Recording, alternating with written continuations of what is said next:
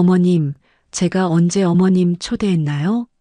그런 적 없는데 왜 오셨어요? 아들의 카페 개업식 날 30만 원짜리 축하화환을 보내고 들뜬 마음으로 방문한 그곳에서 며느리는 저를 쓰레기 취급하며 내쫓았습니다. 와, 저 할머니 뭐야? 완전 쪽팔리겠다. 정말 뒤이어 따라붙은 건 사람들의 비웃음 섞인 수군거림이었죠. 하지만 그 개념 없는 며느리는 몰랐습니다. 제가 전화를 거는 그 순간 자신의 화려한 꿈이 단숨에 산산조각 날 거란 것을. 안녕하세요. 저는 올해 70을 맞은 강순자라고 합니다. 저는 조용히 묵묵하게 성실하게 살면 복이 온다고 생각한 사람이었어요. 그런데 그걸 역으로 이용하는 사람이 있더라고요. 저는 그 사람이 바로 가족이었습니다.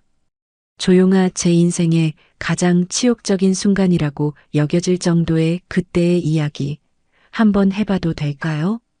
남편이 세상을 떠난 지도 벌써 10년이 훌쩍 넘었습니다. 남편은 제게 서울 끝자락에 3층짜리 상가 건물 한 채를 남겨주었죠. 화려하지는 않아도 월세를 받아 생활하기에는 부족함이 없는 그런 건물이었습니다. 저는 건물 2층에 작은 관리 사무실을 두고 매일 임차인들의 불편을 챙기는 게 일과였어요. 그런 제게는 눈에 넣어도 아프지 않을 아들 은수가 하나 있습니다. 올해 36이 된 은수는 대학을 졸업하고도 이것저것 사업에 손을 댔지만 번번이 쓴맛을 봤죠. 저는 그저 아들이 안정적으로 정착하는 게 제 유일한 소원이었습니다. 그런 은수가 세진이라는 아이를 만나 결혼하겠다고 했을 때 저는 정말 기뻤습니다. 세진이는 겉모습도 화려하고 말도 똑 부러지게 잘하는 누가 봐도 똑똑한 여자였거든요. 이런 며느리라면 우리 은수를 잘 이끌어줄 거라고 굳게 믿었습니다. 그런데 결혼하고 며칠 지나지 않아 저는 며느리의 속마음을 조금씩 눈치채게 되었습니다. 세진이는 제가 입은 낡은 옷차림을 위아래로 힐끗 쳐다보며 입꼬리를 비틀곤 했어요. 제가 살갑게 말을 걸면 대답은 하면서도 눈은 애써 딴 곳을 보고 있었죠. 무엇보다 은수가 저를 찾아오는 것을 노골적으로 싫어했습니다. 엄마, 오늘 저녁이나 같이 먹을까? 은수가 반갑게 전화를 걸어오면 수화기 너머로 세진이가 날카롭게 쏘아붙이는 소리가 들렸어요. 뭐, 또 엄마. 은수 씨는 엄마 없으면 밥도 못 먹어. 진짜 애어른이야 정말. 은수는 금세 목소리가 기어들어가. 아니, 그게 아니고 그럼 다음에 보자. 엄마하고 황급히 전화를 끊곤 했습니다. 그래도 저는 꾹 참았습니다. 며느리 비위를 맞추는 것도 시어머니의 도리라고 애써 생각했으니까요. 그리고 무엇보다 은수가 곁에서 마냥 행복해 보였습니다. 그러던 작년 가을, 은수와 세진이가 나란히 제 사무실로 찾아왔어요. 은수가 머리를 극적이며 웃었어요. 엄마, 우리 저기 1층에서 카페 하나 하려고 하는데. 저는 너무 기뻐서 저도 모르게 손뼉을 쳤습니다. 어머나, 그래, 정말. 아이고, 우리 은수가 드디어 자기 가게를 갖는구나. 제가 기뻐하는 사이 세진이가 팔짱을 끼고 서류를 보듯 저를 쳐다보며 말했습니다. 어머님, 그런데 1층 임대료요. 시세대로 받으실 건가요? 지금 얼마죠? 저는 순간 머뭇거리다가 대답했어요. 지금 시세가 월 300만 원 정도 하는데. 그럼 저희한테 300에 주시면 되겠네요. 세진이가 칼같이 말을 잘랐습니다. 저는 놀라서 얼른 고개를 저었어요. 아이고, 아니다. 무슨 소리냐? 너희한테는 150만 원만 받을란다. 시세의 반값이니까 부담은 훨씬 덜하겠지? 은수가 토끼 눈이 되어 저를 바라봤습니다. 엄마, 진짜? 정말 150? 그럼 우리 은수 사업 잘 되라고 이 엄마가 돕는 건데 그 정도는 해줘야지. 저는 아들만 봐도 배가 부른 듯 흐뭇하게 웃었습니다. 하지만 세진이는 그저 무표정하게 고개를 까딱했을 뿐 감사하다는 말은커녕 눈웃음 한 번 짓지 않았습니다. 계약서를 쓰고 보증금을 받는 날 세진이가 저를 똑바로 쳐다보며 말했어요. 어머님, 한 가지 부탁드릴 게 있는데요. 저희가 인테리어 공사하는 동안 2층에서 그렇게 창문으로 내려다보지 않으셨으면 좋겠어요. 일하시는 분들도 신경 쓰이고 저희도 좀 그렇거든요. 저는 망치로 머리를 맞은 듯 멍하니 고개만 끄덕였습니다. 그날 이후 저는 제 사무실에서 창밖을 내다보는 것조차 며느리 눈치를 보게 되었습니다.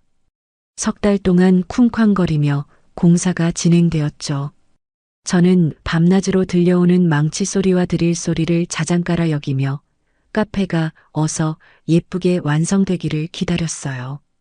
매일 아침 뜨끈한 커피와 간식이라도 갖다 주고 싶었지만 세진이의 그 차가운 얼굴이 떠올라 그러지도 못했습니다.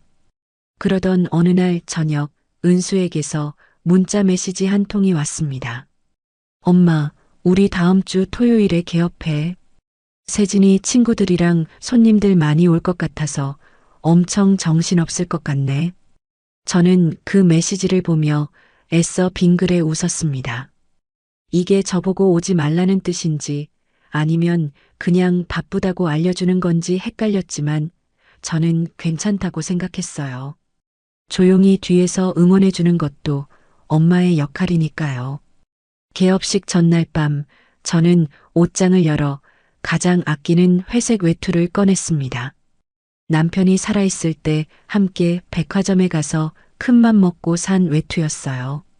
10년도 더 된 낡은 옷이지만 제게는 세상에서 가장 귀한 옷이었습니다. 다음 날 아침 저는 그 외투를 깨끗이 털어입고 거울 앞에 섰습니다. 머리를 곱게 빗고 아주 오랜만에 립스틱도 살짝 발랐죠.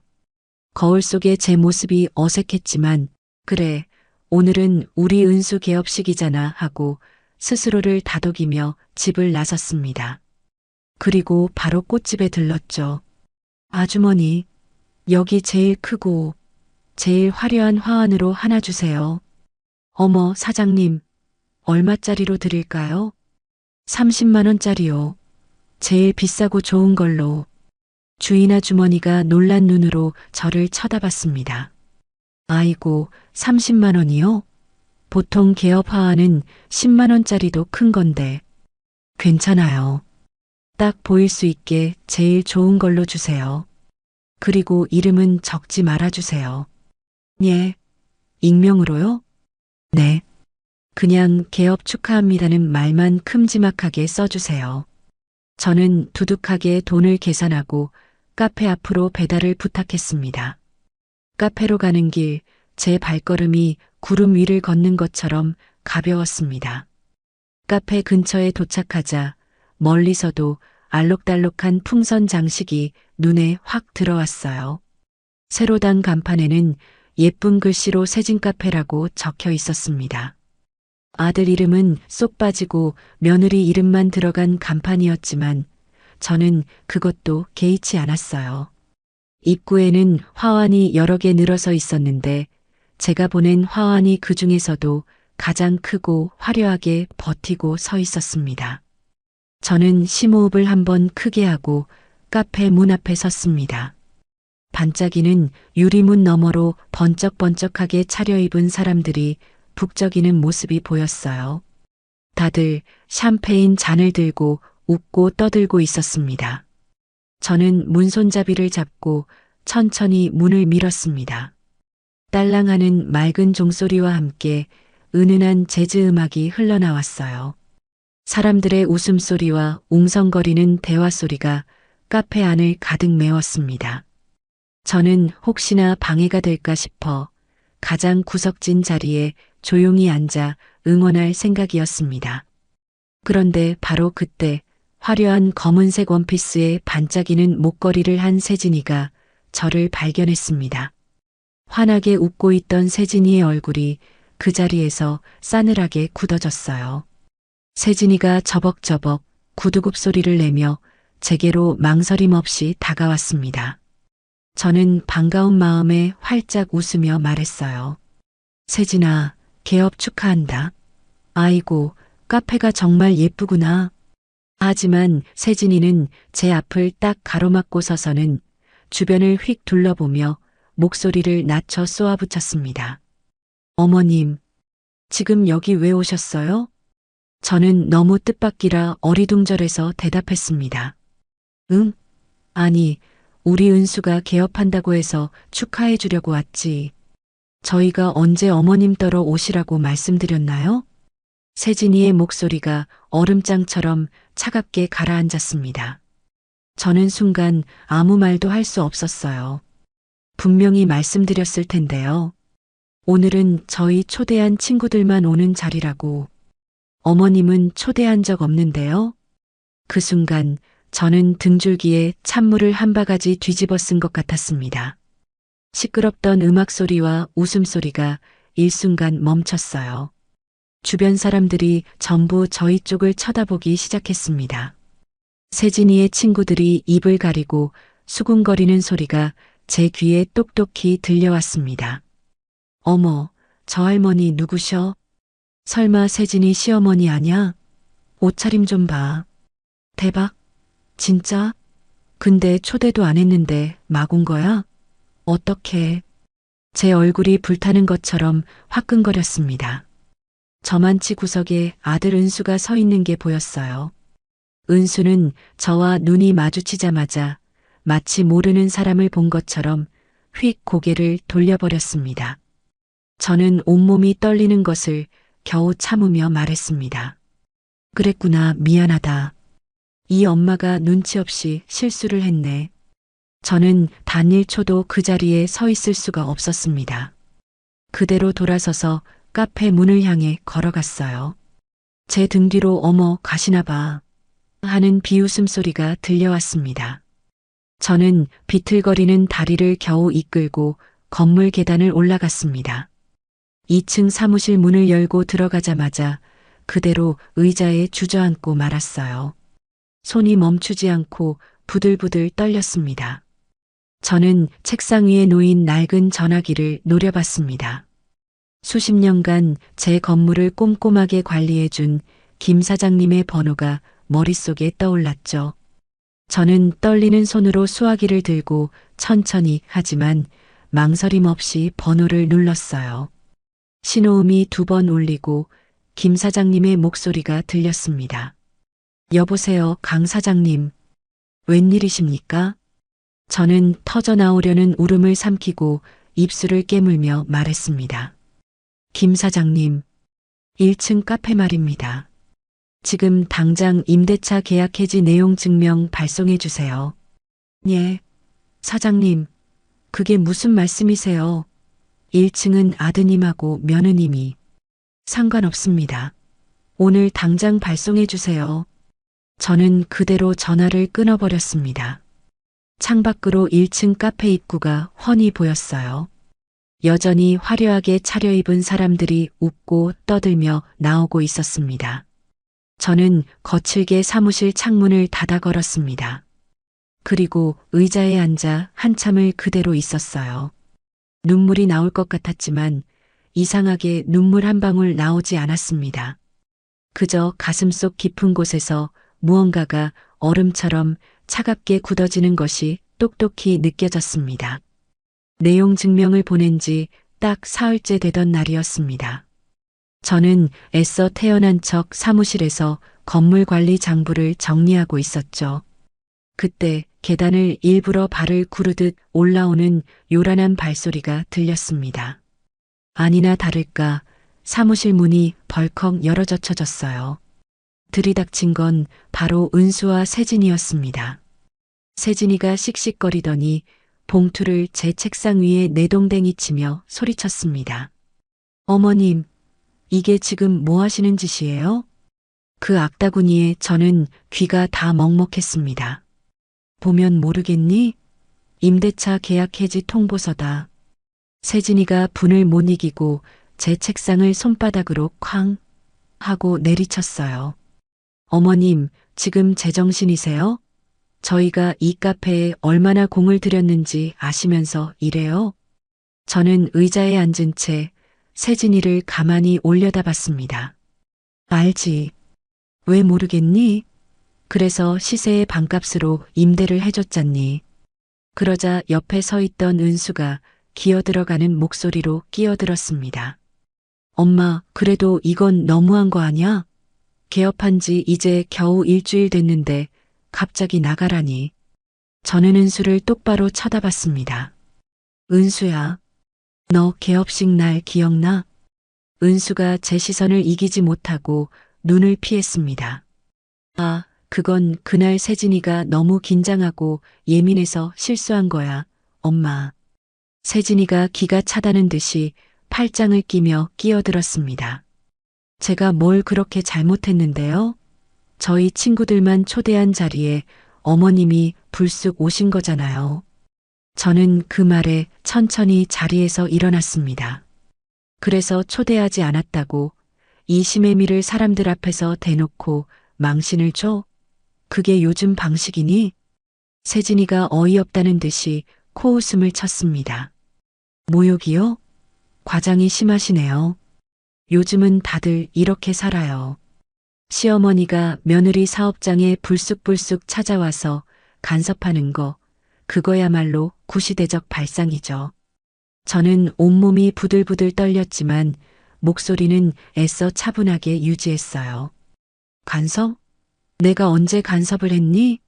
나는 그저 내 아들 며느리 개업했다기에 축하하러 간 것뿐이다. 은수가 제발 그만하라는 듯 한숨을 푹 쉬며 말했습니다. 엄마, 지금 너무 감정적으로 대응하는 거 아니야? 아무리 그래도 그렇지. 계약 해지는 너무 심한 것 같아. 저는 그런 아들을 빤히 쳐다봤습니다. 감정적이라고? 은수야. 내가 그날 그 자리에서 이 엄마를 보고도 못 본 척 고개 돌린 거 똑똑히 봤다. 은수가 찔끔해서 고개를 획 돌렸습니다. 아, 그건 사람들이 너무 많아서 경황이 없어서 그랬지.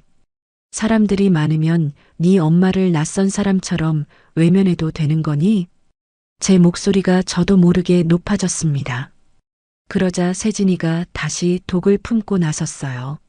어머님, 그래서 지금 그것 때문에 하나뿐인 아들 사업 기어코 망하게 하시려고 작정하신 거냐고요. 저는 세진이를 지지 않고 똑바로 쳐다봤습니다. 사업을 망치겠다는 게 아니고 내 건물에서 당장 나가라는 거야. 그렇게 잘났으면 다른 데 가서 얼마든지 해. 세진이가 얼굴이 시뻘개져서 소리쳤습니다. 지금 장난하세요? 저희가 여기 얼마나 투자했는데요. 인테리어 비용으로만 5천만 원이 넘게 들어갔다고요. 그건 내가 알 바 아니다. 계약서에 명시된 대로 딱 3달 줄 테니 그 안에 나가면 돼. 은수가 그제야 다급하게 제 팔을 붙잡았습니다. 엄마, 제발 우리 앉아서 한 번만 더 얘기해보자. 응? 저는 그 손을 뿌리치며 고개를 저었습니다. 더 이상 할 말 없다. 모든 건 법대로 처리할 테니 그리 알아라. 세진이가 도끼 서린 목소리로 으르렁거렸습니다. 좋아요. 어머님 원하시는 대로 법대로 하시자고요. 저희도 당장 변호사 선임할 거예요. 이건 명백한 부당계약 해지라고요. 저는 차갑게 팔짱을 꼈습니다. 얼마든지 그렇게 해. 나도 변호사 있으니까. 세진이가 저를 쏘아보고는 문을 박차고 나갔습니다. 은수가 제 눈치를 보며 망설이다가 이내 세진이를 뒤따라갔죠. 쾅 하고 닫히는 문소리가 조용한 복도에 크게 울렸습니다. 저는 그제야 다리에 힘이 풀려 의자에 주저앉았습니다. 창밖을 내려다보니 세진이가 팔을 마구 휘저으며 은수에게 악을 쓰고 있었고 은수는 그저 고개를 푹 숙인 채 끌려가듯 걸어갔습니다. 저는 곧장 책상 서랍을 열어 명함 한 장을 꺼냈습니다. 전에 김 사장님이 소개해준 박 변호사였어요. 저는 망설임 없이 전화기를 들고 번호를 눌렀습니다. 여보세요. 박 변호사님이신가요? 저 강순자입니다. 네, 그때 말씀드렸던 1층 건 시작해야겠습니다. 그날 이후 일주일이 흘렀습니다. 저는 박 변호사와 만나 계약서를 꼼꼼히 검토했고 해지 절차가 아주 적법하다는 확인까지 받았습니다.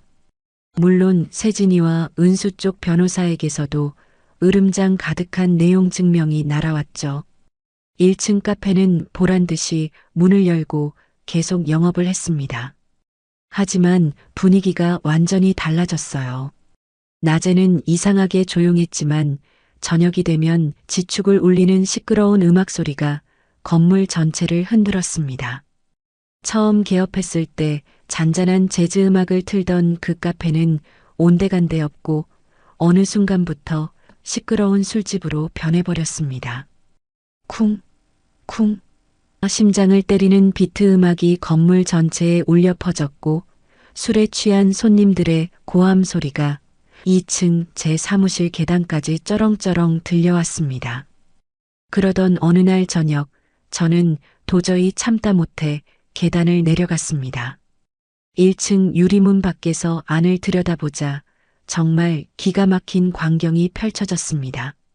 테이블마다 빈 술병이 나뒹굴고 있었고 카페 안은 담배 연기로 자욱했어요. 은수가 카운터에서 멍하니 술을 따르고 있었고 세진이는 짧은 치마 차림으로 손님들 사이를 오가며 시시덕거리고 있었습니다. 제가 알던 그 카페의 모습이 아니었어요. 저는 문을 세게 두드렸습니다. 세진이가 잔뜩 짜증난 얼굴로 문을 열었습니다. 아, 뭐예요? 세진이가 저를 위아래로 훑어보며 차갑게 물었습니다. 음악 소리 좀 줄여줄 수 없겠어? 이 건물에 있는 다른 사람들도 생각해줘야지. 어머님, 이래라 저래라 하지 마세요. 손님들이 이 음악을 제일 좋아해요. 아무리 그래도 소리가 너무. 제가 말을 채 끝내기도 전에 세진이가 쾅 하고 문을 닫아버렸습니다. 저는 피가 거꾸로 솟는 심정으로 주먹을 꽉 쥐고 2층으로 올라왔습니다. 아니나 다를까 다음 날 아침 3층 학원 원장님이 제 사무실로 찾아왔습니다. 강 사장님, 드릴 말씀이 좀 있어서요. 원장님이 제 눈치를 살피며 조심스럽게 말을 꺼냈습니다. 네, 원장님. 어서 말씀하세요. 혹시 1층 때문인가요? 네, 맞아요. 요즘 1층이 밤낮으로 너무 시끄럽지 않나요? 특히 저녁반 학생들이 공부에 집중하기가 너무 힘들다고 하는데 저는 무거운 마음으로 고개를 끄덕였습니다. 저도 잘 알고 있습니다. 지금 법적으로 조치를 취하고 있으니 조금만 기다려주세요. 원장님이 한참을 머뭇거리다 말했습니다. 그런데 혹시 아드님네하고 사이가 많이 안 좋으신 거예요? 저는 순간 멈칫했습니다. 원장님, 그건 왜 물으시는 거죠? 아니요, 그게 아니라 1층 며느님이 어느 모임에서 그랬나 봐요. 시어머니가 건물주라고 괜히 사사건건 트집 잡고 못 살게 군다고. 저는 입술을 깨물었습니다. 세진이가 밖에서 저를 그런 식으로 말하고 다닌다는 거였죠. 원장님, 제 집안일은 신경 쓰지 않으셨으면 좋겠습니다. 제 목소리가 차갑게 나갔습니다. 원장님이 황급히 고개를 숙였습니다. 아이고, 죄송합니다, 사장님. 제가 괜한 말을 꺼냈네요. 실례했습니다. 원장님이 당황해서 서둘러 사무실을 나갔습니다. 저는 의자에 앉아 깊은 한숨을 쉬었습니다. 설상가상으로 며칠 뒤부터는 바로 옆 사무실 2층 세무사 사무실의 김 회계사님도 저를 피하기 시작했습니다. 전에는 복도에서 마주치면 사장님 차나 한잔 하시죠? 라며 살갑게 굴던 사람이 이제는 고개만 까딱하고는 제 눈을 피하며 쏜살같이 지나갔습니다. 저는 그렇게 제가 평생을 바친 이 건물 안에서 서서히 외톨이가 되어갔습니다. 변호사와 법적 공방을 준비한 지 벌써 한 달이 흘렀습니다. 저는 세진이 측 변호사가 보내온 뻔뻔하기 짝이 없는 답변서를 읽으며 지루한 싸움을 이어가고 있었죠. 그러던 어느 날 오후 우편함에 노란색 등기우편 봉투가 꽂혀 있는 것을 발견했습니다. 발송인은 다름 아닌 구청이었습니다. 저는 책상에 앉아 떨리는 손으로 봉투를 뜯었습니다. 안에는 빳빳한 공문 한 장이 들어 있었어요. 재개발 사업 지정 예비구역 안내. 그 제목을 읽는 순간 숨이 턱 막히고 손에서 힘이 빠져 봉투를 떨어뜨릴 뻔했습니다. 제가 목숨처럼 아끼는 이 건물이 포함된 블록 전체가 재개발 구역으로 지정되었다는 그야말로 청천벽력 같은 내용이었습니다. 시행사는 MH개발이라는 생전 처음 들어보는 회사였어요. 재개발이라니 이게 다 무슨 소리죠? 며느리에게 복수하기는커녕 이 건물마저 송두리째 잃게 생겼다는 말인가요? 저는 떨리는 손으로 공문을 다시 읽었습니다. 가장 아래쪽에 적힌 문구가 눈에 들어왔습니다. 설명의 일시, 이번 주 토요일 오후 2시, 동주민센터 대강당. 급히 달력을 보니 설명회가 바로 이틀 뒤였습니다. 그날 밤 저는 뜬 눈으로 밤을 새웠습니다. 이 건물은 남편이 평생을 바쳐 피땀 흘려 마련한 전부였습니다. 그런데 이 건물을 빼앗긴다니 도저히 받아들일 수가 없었어요. 토요일 오후 저는 무거운 발걸음으로 주민센터로 향했습니다. 대강당 입구부터 사람들이 구름대처럼 북적였어요. 저희 블록의 건물주들과 세입자들이 모두 모인 것 같았습니다. 강당 안으로 들어서자마자 고함 소리가 터져 나왔습니다. 이게 지금 말이 되는 소리야? 장난해? 보상금이 이게 다라고? 사람들이 단상을 향해 거칠게 소리를 질러댔습니다. 그때 한 남자가 마이크를 잡더니 큰 소리로 이야기했습니다. 여러분, 좀 진정하시고 차례대로 설명드리겠습니다. 명찰에는 MH개발사업본부 한민수 실장이라고 적혀 있었죠. 이번 재개발 사업은 모든 법적 절차에 따라 공정하게 진행됩니다. 토지 및 건물 보상은 한민수가 기계처럼 설명을 이어갔습니다. 커다란 TV 화면에서 보상금 산정표가 띄워져 있었죠. 하지만 제 건물은 터무니없게도 10억 원 정도로 책정되어 있었습니다. 10억이면 시세의 절반도 안 되는 그야말로 헐값이었습니다. 피가 거꾸로 솟는 것 같아 저는 자리에서 벌떡 일어났습니다. 잠깐만요. 모든 시선이 일제히 저에게 쏠렸습니다. 저는 주눅 들지 않고 단상을 향해 또박또박 걸어갔습니다. 지금 이게 무슨 계산법입니까? 제 건물은 최소한 20억은 받아야 해요. 10억 원이라니 도둑질이나 다름없지. 한민수가 저를 귀찮다는 듯이 무표정하게 내려다봤습니다. 어르신, 감정평가는 공인된 기관에서 공정하게 진행합니다. 이의가 있으시면 별도로 재평가를 신청하십시오. 재평가를 하면 제대로 나올 것 같아요? 당신들끼리 다 짜고 치고 헐값으로 우리 건물을 몽땅 빼앗으려는 속셈 아니에요. 한민수가 저를 비웃듯 코웃음을 쳤습니다. 어르신, 말씀 함부로 하지 마시죠. 이건 엄연한 공익사업입니다. 계속 그렇게 비협조적으로 나오시면 저희는 법적 강제 수용 절차를 밟을 수밖에 없습니다. 뭐라고요? 강제 수용? 네. 수용 재결을 거쳐 어르신 동의 없이도 강제로 소유권을 이전하는 절차입니다. 아주 적법한 절차죠. 한민수가 적법이라는 단어에 힘주어 말했습니다. 저는 기가 막히고 억울해서 할 말을 잃었습니다. 바로 그때였습니다. 강당 한쪽 구석에서 저를 보며 낄낄거리는 낯익은 얼굴들이 보였습니다. 은수와 세진이었죠. 세진이가 저를 발견하고는 입꼬리를 비틀며 노골적으로 비웃고 있었어요. 은수도 팔짱을 낀 채 꼴 좋다는 듯한 표정으로 저를 바라보고 있었습니다. 저는 모욕감이 치밀어 올라 고개를 돌려버렸습니다. 설명회는 그렇게 일방적으로 끝났습니다.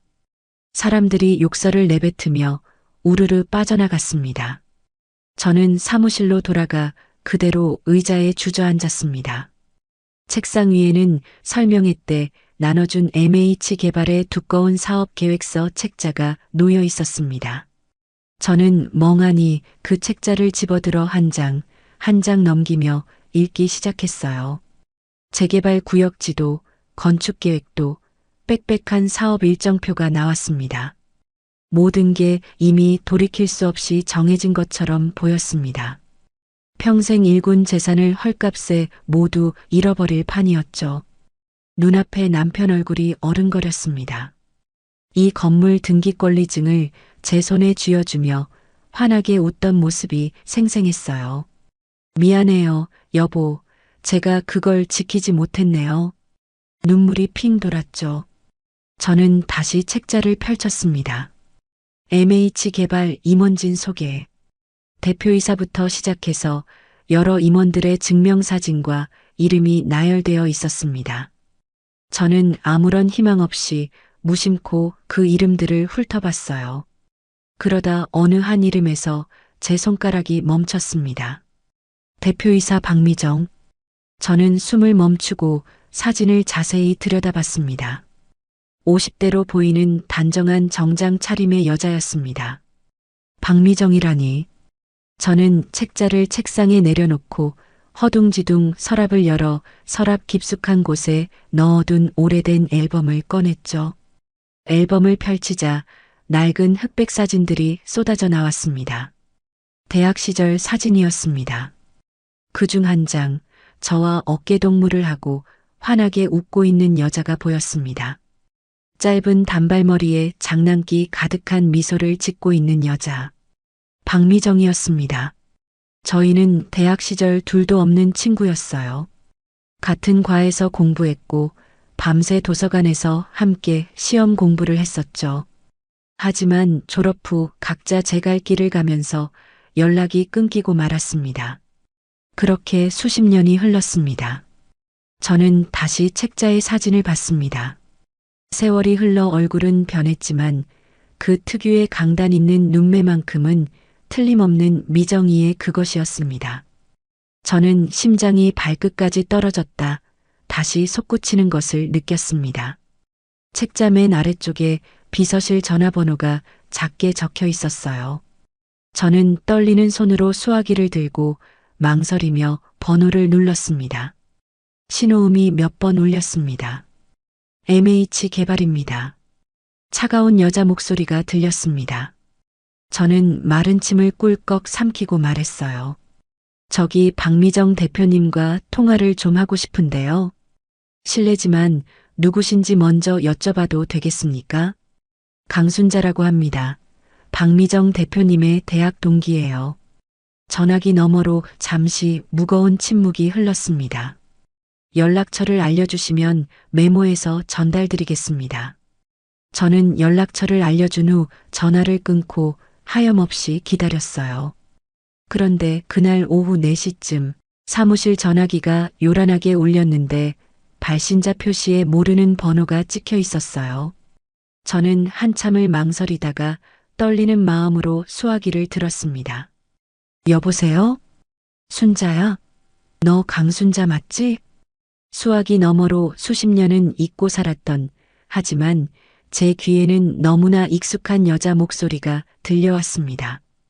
저는 그 자리에 얼어붙고 말았습니다. 세상에, 너 미정이 맞지? 박미정. 맞아, 나야.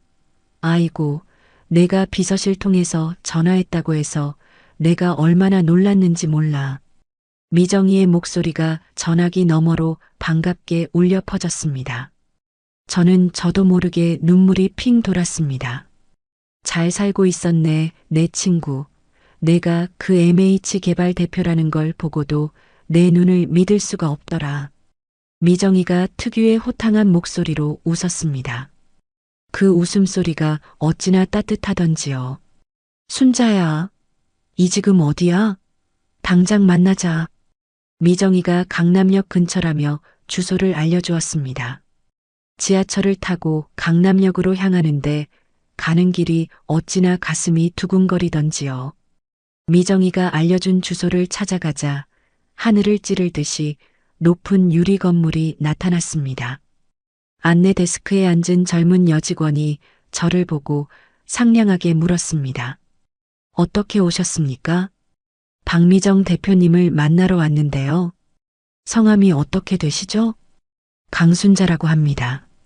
여직원이 잠시 전화를 하더니 고개를 끄덕이며 말했습니다. 15층으로 올라가시면 됩니다. 비서실장이 앞에서 안내해 드릴 겁니다. 저는 엘리베이터를 탔습니다. 15층 버튼을 누르는데도 심장이 쿵쾅거렸어요. 문이 열리자 세련된 복도 끝에 대표이사실이라고 적힌 육중한 문이 보였습니다. 저는 천천히 걸어가 문을 노크했어요. 들어와. 미정이의 목소리였습니다. 저는 떨리는 손으로 문을 열었습니다. 눈앞에 믿을 수 없이 넓은 사무실이 펼쳐졌고 큰 창문 너머로 서울 시내가 한눈에 내려다 보였습니다. 고급스러운 책상 뒤에 앉아있던 여자가 벌떡 일어섰습니다. 틀림없는 미정이었습니다. 미정이는 세련된 회색 정장을 입고 머리를 단정하게 넘긴 모습이 제가 알던 왈가닥 대학생이 아니었습니다. 순자야. 미정이가 환하게 웃으며 성큼성큼 다가왔습니다. 아이고, 이게 누구야? 강순자. 이게 진짜 얼마만이야? 미정이가 제 손을 덥석 잡았습니다. 미정아, 이게 얼마만이니? 30년은 넘은 것 같아. 그러게 말이다. 졸업하고 코빼기 한 번 못 보고 이 녀석 아주 꽁꽁 숨어 살았구나. 미정이가 저를 푹신한 소파로 이끌었습니다. 순자야, 그동안 어떻게 지냈어? 결혼은 했고? 응, 했지. 근데 남편이 10년 전에 먼저 세상을 떠났어. 미정이의 환했던 얼굴이 순간 안타까움으로 변했습니다. 어머나, 그랬구나. 혼자 얼마나 힘들었어. 아니야, 괜찮아. 남편이 다행히 건물 하나를 남겨줘서 그거 관리하면서 그냥저냥 살았지. 건물? 어딘데? 저는 제 건물이 있는 주소를 말했습니다.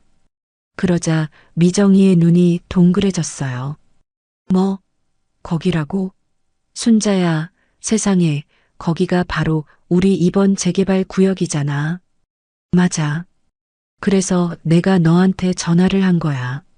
미정이가 잠시 생각에 잠기더니 고개를 끄덕였습니다. 그랬구나. 어쩐지 설명회 때 내가 직접 갔어야 했는데 요즘 일이 너무 바빠서 한 실장만 보냈더니 나도 내가 대표인 줄은 꿈에도 몰랐어. 사업 계획서 맨 뒷장 보고 알았다니까. 미정이는 졸업 후 건설회사에 들어가 10년을 구르다가 독립해서 지금의 MH 개발을 일궜다고 하더군요. 정말 대단하다, 미정아. 넌 옛날부터 그렇게 똑소리 나더니 너야말로 대단하지. 혼자서 건물 관리하며 그 세월을 버텼다니. 정말 쉽지 않았을 텐데. 저는 고개를 저었습니다. 나는 그냥 하루하루 버틴 거지. 그런데 미정아, 지금 내가 문제가 좀 생겨서 말이야. 재개발 보상금 문제 때문에? 걱정 마. 내가. 아니, 그것도 그렇지만 사실은 저는 미정이에게 그동안 겪었던 모든 이야기를 털어놨습니다. 아들 은수와 며느리 세진이가 카페를 차린 이야기, 개업식 날 저를 문전박대했던 그 모욕적인 순간, 그리고 임대 계약 해지 통보와 지긋지긋한 법적 공방까지 전부 말입니다. 미정이는 팔짱을 낀 채 말없이 제 이야기를 끝까지 들었습니다. 제가 이야기를 마치자 미정이가 깊은 한숨을 내쉬었습니다. 순자야, 아이고, 이 바보야, 그걸 왜 혼자 끙끙 앓고 있었어. 어떻게든 며느리한테 복수하려고 버텼는데 이제 재개발까지 겹쳐서 이대로면 헐값에 건물도 잃고 다 끝장날 것 같아. 미정이가 제 손을 꽉 잡았습니다. 순자야, 정신 차려. 아직 끝난 거 아무것도 없어. 내 말 똑똑히 들어. 내가 너한테 기가 막힌 방법을 알려줄게. 미정이가 자리에서 일어나 책상으로 가더니 커다란 서류 한 뭉치를 가져왔습니다. 재개발 구역 지도였어요. 미정이가 지도를 테이블 위에 쫙 펼쳐 보였습니다. 자, 이게 이번 재개발 구역이야. 그리고 여기가 바로 네 건물.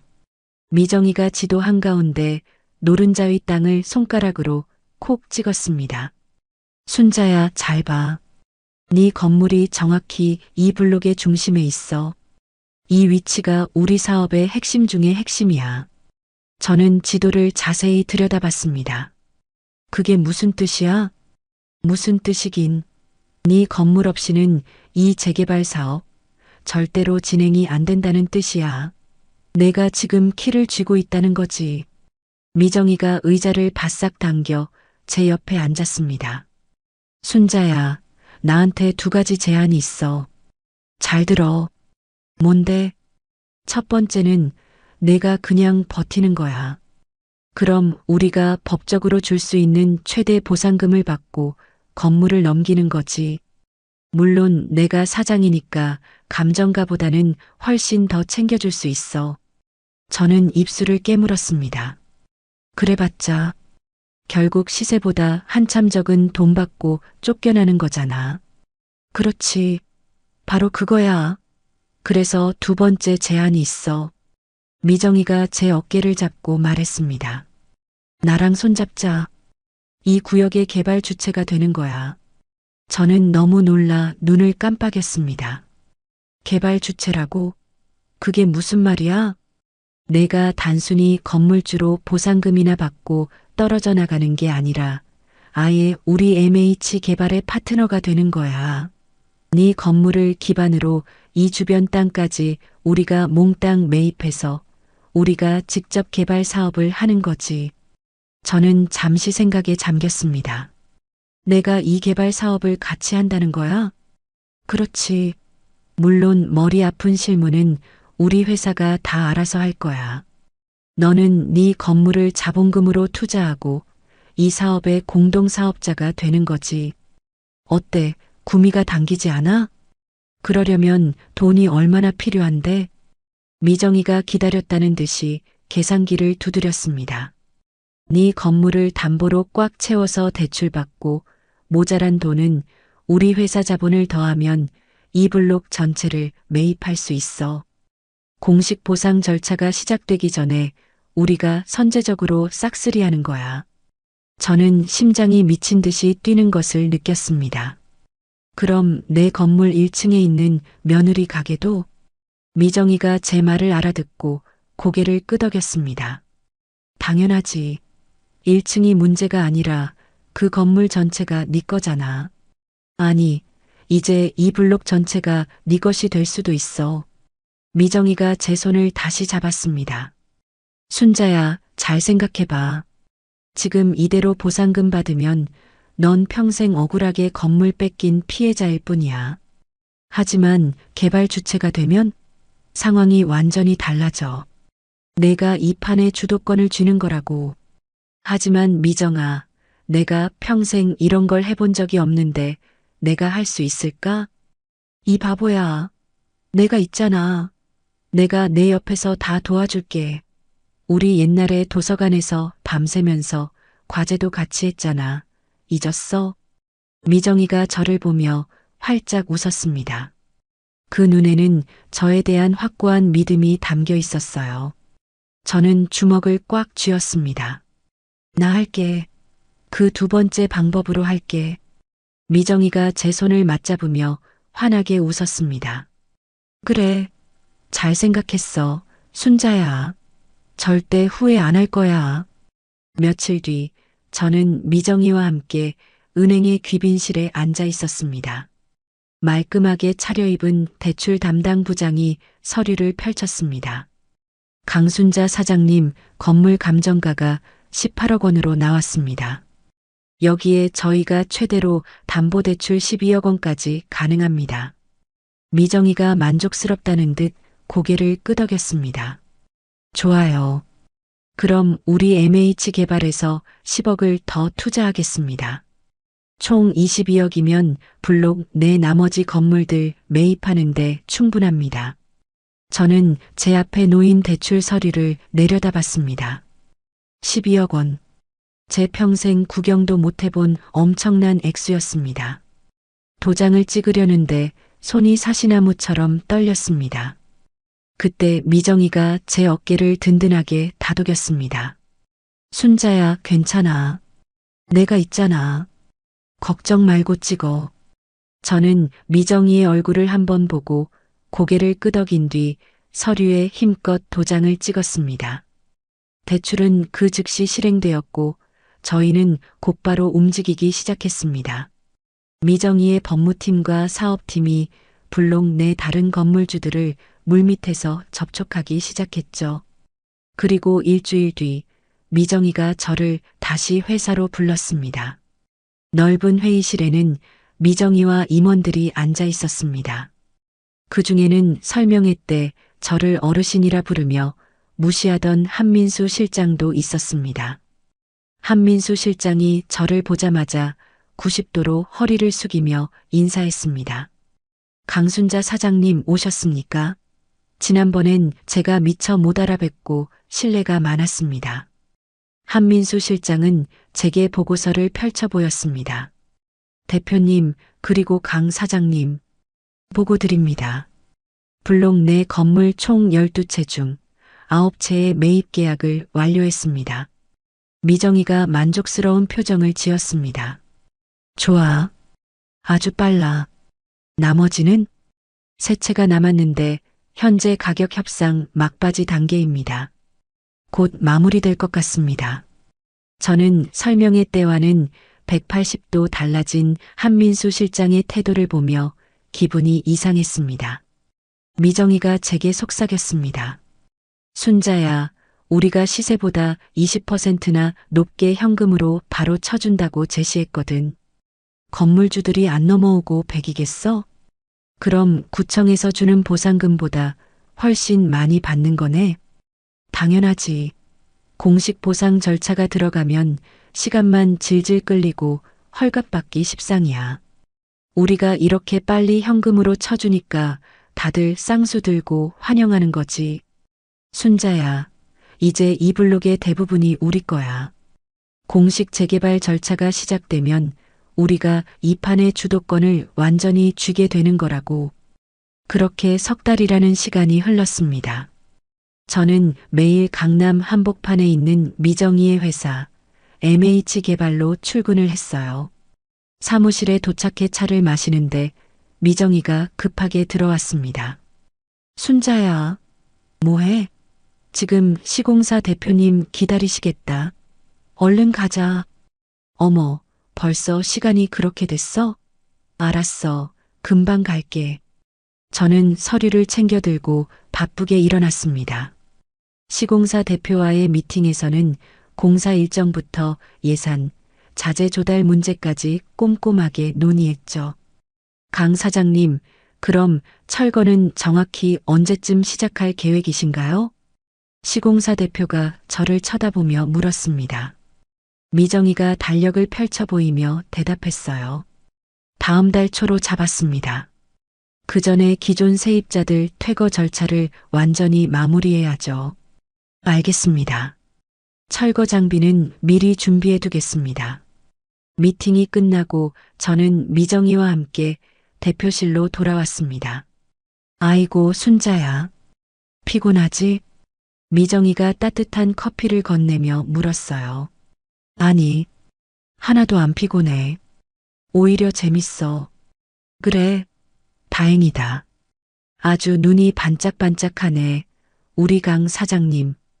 저는 창밖을 가만히 바라봤습니다. 미정아, 내가 정말 이런 일을 하게 될 줄은 꿈에도 몰랐어. 평생 그 낡은 건물 2층 사무실에 갇혀 살았는데 말이야. 순자야, 너 정말 잘하고 있어. 아까 미팅 때도 봐. 의견도 정확하고 아주 카리스마가 넘치던데? 다 네 덕분이지, 이게. 친구 좋다는 게 다 이런 거 아니겠어? 미정이가 제 어깨를 치며 쾌활하게 웃었습니다. 어느새 저는 그 블록 전체의 소유주가 되어 있었습니다. 재개발 사업의 주도권은 이제 완전히 저와 미정이의 손에 넘어왔죠. 저는 더 이상 낡은 건물 2층에 갇혀 지내던 힘없는 늙은 건물주가 아니었습니다.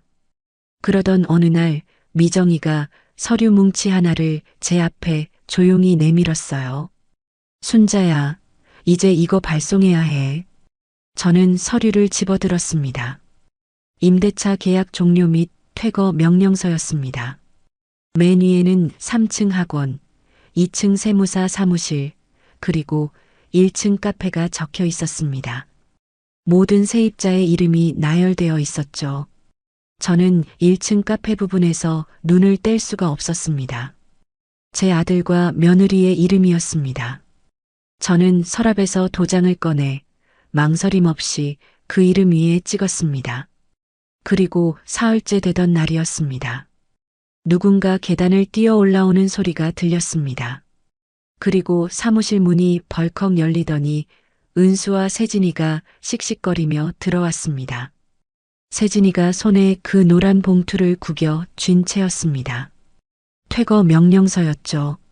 어머님, 진짜 뭐 하는 거예요? 저희더러 나가라고요? 세진이가 악을 쓰며 소리쳤습니다. 저는 조금도 동요하지 않고 의자에 앉아 그 둘을 올려다봤습니다. 무슨 짓이라니? 공문 못 읽었어? 건물 부술 거니까 나가라는 거지. 은수가 앞으로 나서며 봉투를 흔들었습니다. 여기 시행사 대표의 강순자라고 엄마 이름이 떡하니 적혀 있어. 이게 도대체 무슨 일이야?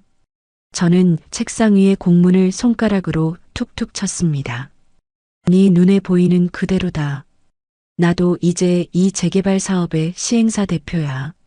세진이가 믿을 수 없다는 듯이 헛웃음을 쳤습니다. 뭐라고요? 말도 안 돼. 어머님이 이 블록 전체를 샀다는 거예요. 지금? 그래, 샀다.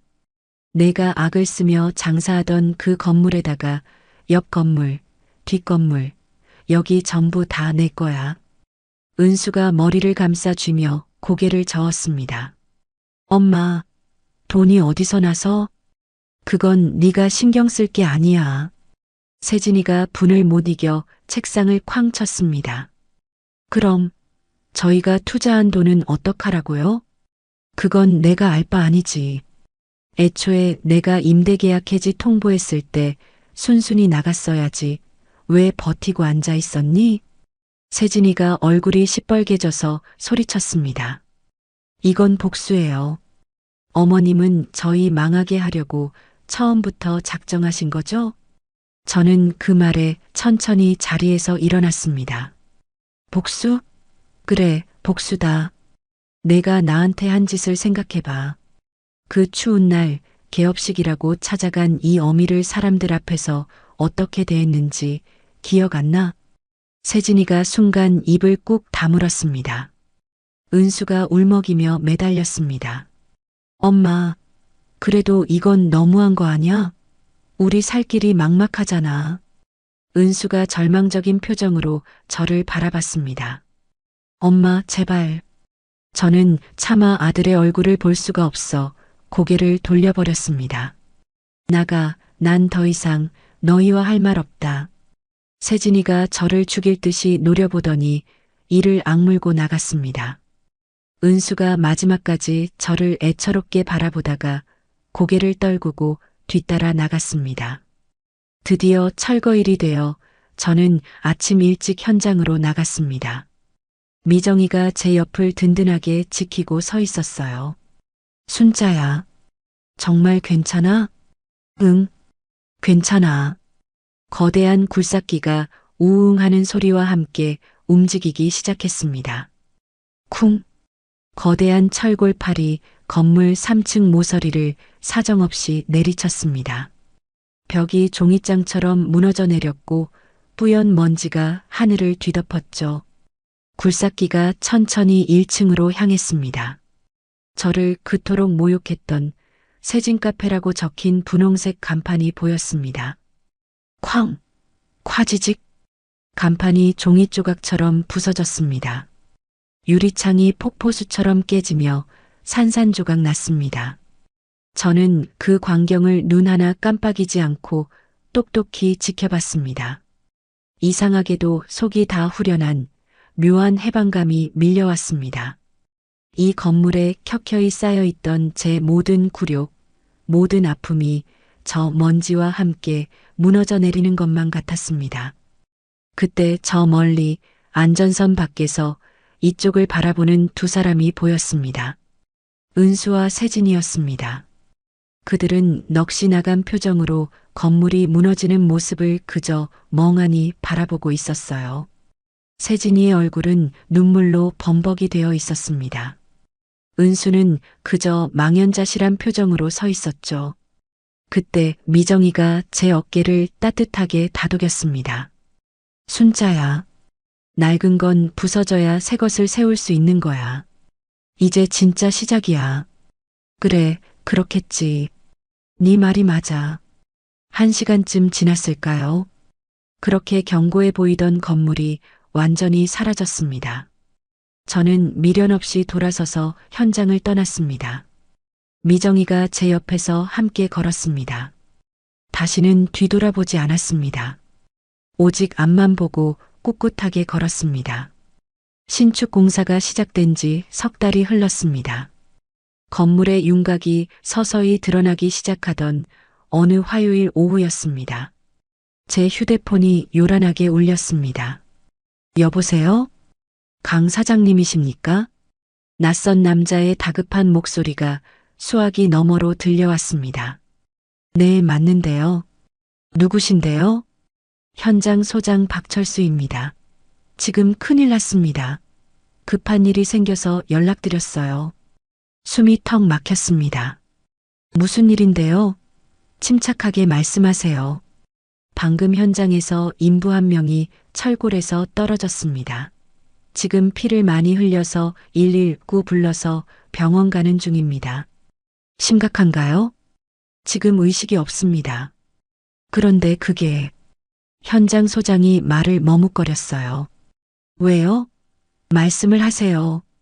떨어진 인부가 아무래도 강 사장님 아드님인 것 같습니다. 저는 손에서 휴대폰을 떨어뜨릴 뻔했습니다. 뭐라고요? 그게 무슨 소리예요? 우리 은수라니. 신분증을 확인했는데 이름이 이은수라고 나와 있습니다. 저는 의자에서 벌떡 일어났습니다. 지금 어느 병원이에요? 당장 말해요. 성모병원 응급실입니다. 저는 전화를 끊자마자 가방을 낚아챘습니다. 사무실 문을 박차고 나가다 복도에서 미정이와 정면으로 마주쳤습니다. 어머, 순자야, 너 왜 이래? 무슨 일이야? 어디 가는데? 미정아, 큰일 났어. 은수가 공사장에서 다쳤대. 병원 가야 해. 뭐, 그게 무슨 소리야? 기다려. 내가 차로 데려다 줄게. 미정이의 차를 타고 병원으로 미친 듯이 달리는 내내 저는 창밖만 보며 손톱이 부러져라 주먹을 꽉 쥐었습니다. 우리 아들, 제발 무사해야 해. 병원에 도착하자마자 저는 차에서 뛰어내려 응급실로 달려 들어갔습니다. 선생님, 이은수 환자 어디 있어요? 간호사가 다급히 안쪽을 가리켰습니다. 저쪽 응급처치실에 계십니다. 보호자분. 저는 그 말을 듣고 무작정 뛰어갔습니다. 커튼이 굳게 쳐진 침대가 보였어요. 저는 거칠게 커튼을 열어젖혔습니다. 은수가 하얗게 질린 얼굴로 침대에 누워 있었습니다. 눈을 감은 채 미동도 없었고 다리에는 피가 밴 부목이 되어져 있었고요. 은수야, 아들, 엄마 왔어, 은수야. 저는 은수의 차가운 손을 붙잡고 흔들었습니다. 마침 의사가 뛰어들어왔습니다. 보호자분이십니까? 네, 맞아요. 엄마예요. 우리 아들 괜찮은 거예요? 네. 의사가 차트를 황급히 들여다보며 말했습니다. 일단 왼쪽 다리 골절이 심하고요. 갈비뼈도 2개 부러졌습니다. 그리고 추락 충격이 커서 내부 장기 손상이 의심됩니다. 네. 내부 장기요? 네. 정밀 검사를 해봐야 정확히 알 수 있습니다. 충격이 컸어요. 저는 금방이라도 쓰러질 것 같은 몸을 겨우 붙들고 은수의 얼굴을 내려다봤습니다. 의식은 언제 돌아오는 건데요? 진정제 때문에 그렇습니다. 곧 깨어날 겁니다. 일단 안정을 취해야 합니다. 의사가 나가고 저는 은수 옆에 의자를 끌어당겨 주저앉았습니다. 미정이가 조용히 커튼을 열고 들어왔어요. 순자야, 은수 괜찮은 거야? 응, 괜찮아, 미정아. 너는 바쁜데 어서 회사 가봐. 나는 여기 있어야겠어. 정말 혼자 괜찮겠어? 응, 고마워. 얼른 가봐. 미정이가 걱정스러운 얼굴로 제 어깨를 두드리고 나갔습니다. 저는 다시 은수의 손을 잡고 얼마나 시간이 흘렀는지 모르게 앉아 있었습니다. 그때였습니다. 은수가 고통스러운 신음소리를 냈습니다. 은수야, 은수야, 정신이 들어? 엄마야, 엄마. 은수가 천천히 무겁게 눈을 떴습니다. 엄마, 그래, 엄마야. 정신이 좀 차려져? 은수가 겨우 고개를 끄덕였습니다. 다리가 부러졌대. 뼈가 부러졌으니 움직이지 마, 알았지? 은수가 제 말을 듣더니 다시 눈을 감았습니다. 그리고 그 눈가로 눈물이 주르륵 흘러내렸습니다. 엄마, 죄송해요. 저는 은수의 눈물을 황급히 닦아주었습니다. 죄송하긴 뭐가 죄송해. 일하다 다친 건 사고잖아. 그게 아니라 엄마가 시행하는 공사장에 제가. 저는 순간 멈칫했습니다. 은수야, 너 그거 엄마 공사장인 거 알고 들어간 거야? 은수가 고개를 끄덕였습니다. 도대체 왜 거기서 일한 거야? 속죄하고 싶었어요. 제가 망가뜨린 바로 그 자리니까. 저는 가슴이 무너져 내리는 것 같았습니다. 이 바보 같은 녀석아, 그게 무슨 속죄야? 왜 그런 바보 같은 생각을 해? 제가 엄마한테 너무 못된 짓을 했어요. 세진이 편만 들고 엄마를 무시하고. 은수가 아이처럼 흐느꼈습니다.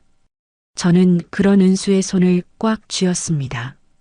됐다. 이제 그런 얘기 하지 마. 아무 말도 하지 마. 일단 다 낫는 게 먼저야. 은수가 울다 지쳤는지 다시 눈을 감았습니다. 은수는 다행히 일반 병실로 옮겨졌고 저는 병실 간이 침대에서 뜬 눈으로 밤을 보냈습니다. 다음 날 아침 은수가 뒤척이며 깼습니다. 저는 은수의 짐이 담긴 가방을 보았습니다. 침대 옆 테이블 위에 아무렇게나 놓여 있었죠. 은수야, 가방이 엉망이네. 엄마가 정리 좀 해도 될까?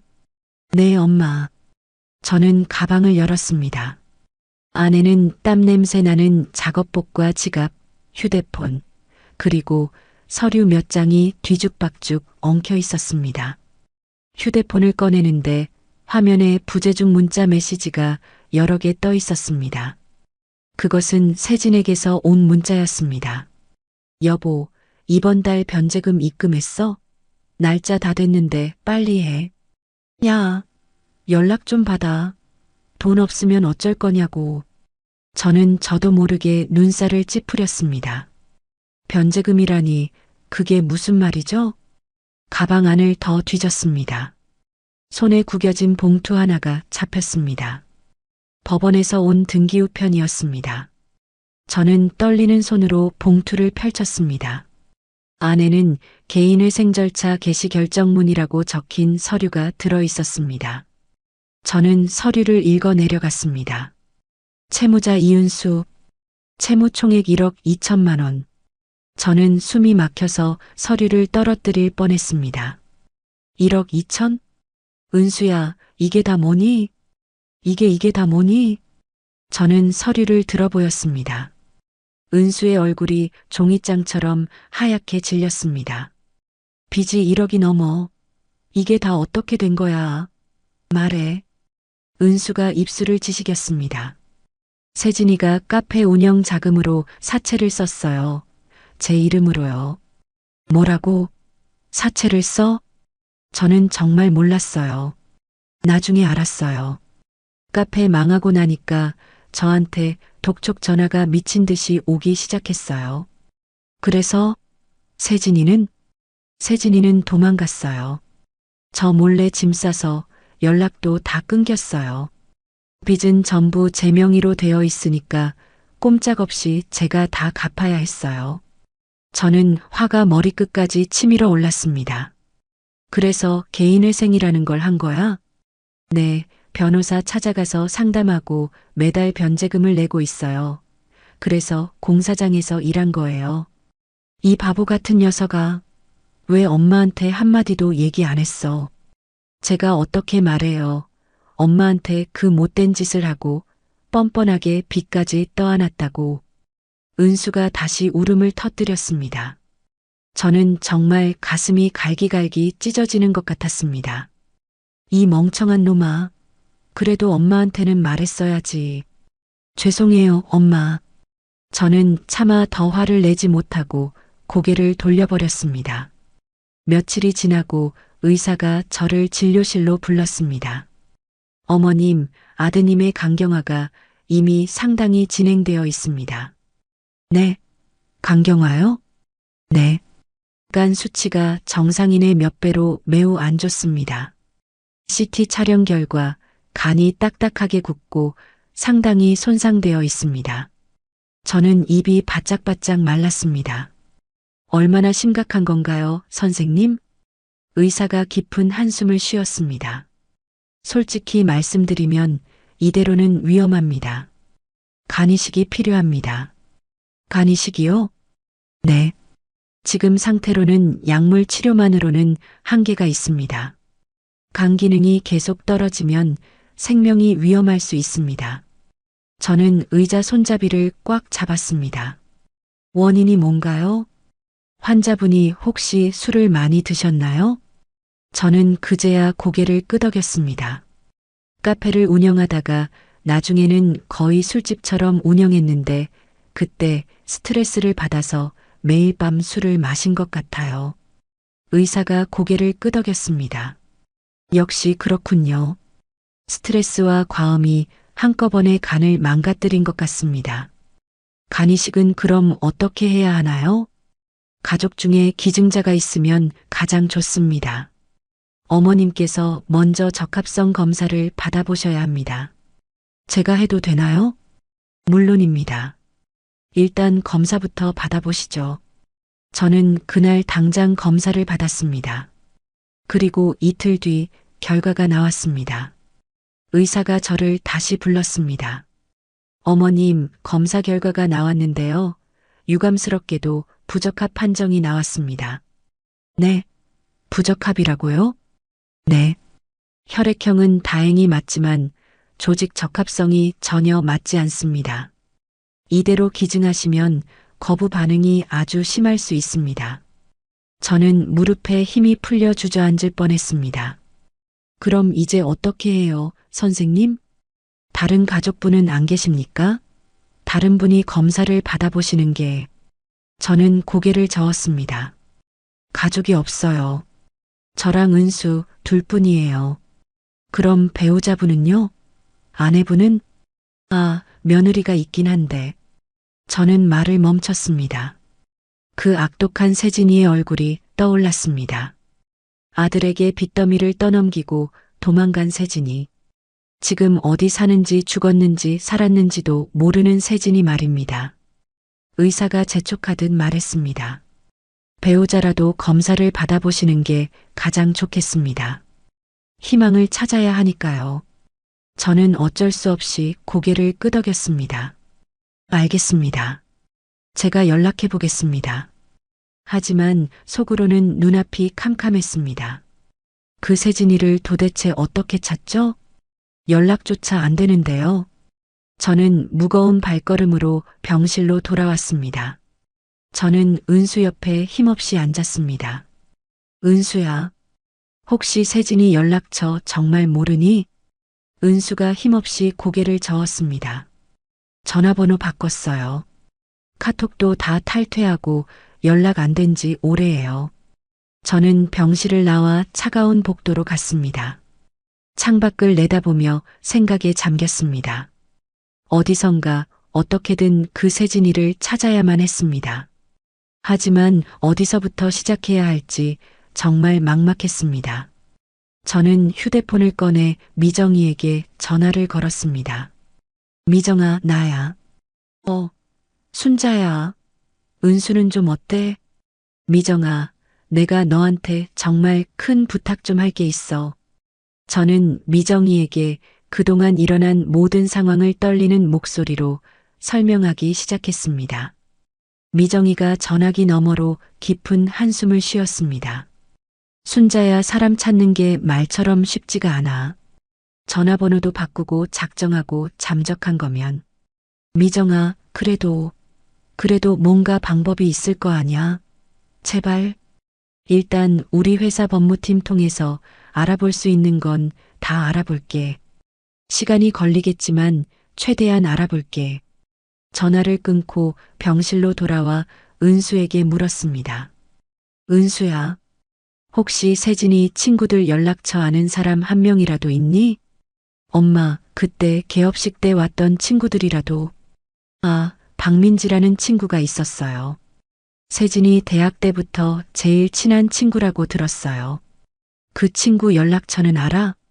네, 제일 친한 친구라고 해서 혹시 무슨 일 있으면 연락하려고 저장해 놨었어요. 저는 은수의 가방에 있던 휴대폰을 집어들었습니다. 연락처에 박민지라는 이름이 보였습니다. 저는 떨리는 손으로 그 번호를 눌렀습니다. 신호음이 한참 울렸습니다. 여보세요? 앳되고 까칠한 젊은 여자 목소리가 들렸습니다. 저 실례지만 혹시 김세진이라고 아시나요? 네, 아는데요. 누구신데요? 여자가 잔뜩 경계하는 목소리로 물었습니다. 저는 세진이 시어머니 되는 사람입니다. 전화기 너머로 순간 무거운 침묵이 흘렀습니다. 어머님. 안녕하세요. 혹시 우리 세진이 지금 어디 있는지 아세요? 정말 급한 일이 있어서 그럽니다. 저 정말 몰라요. 걔 완전 잠수 탔어요. 저한테도 연락 안 된 지 한참 됐어요. 저는 애가 타서 다시 물었습니다. 정말 모르세요? 제발요, 사람 목숨이 달린 일이라서 그래요. 진짜라니까요. 세진이가 몇 달 전에 전화번호 싹 바꾸고 저한테도 연락 한 통 없다고요. 저는 마지막 희망이라도 잡는 심정으로 물었습니다. 그럼 혹시 세진이 SNS나 뭐 그런 거라도 안 하나요? 예전에 인스타그램은 엄청 열심히 했는데 지금도 하는지는 모르겠네요. 제발 그 계정 이름이라도 좀 알려주실 수 있어요?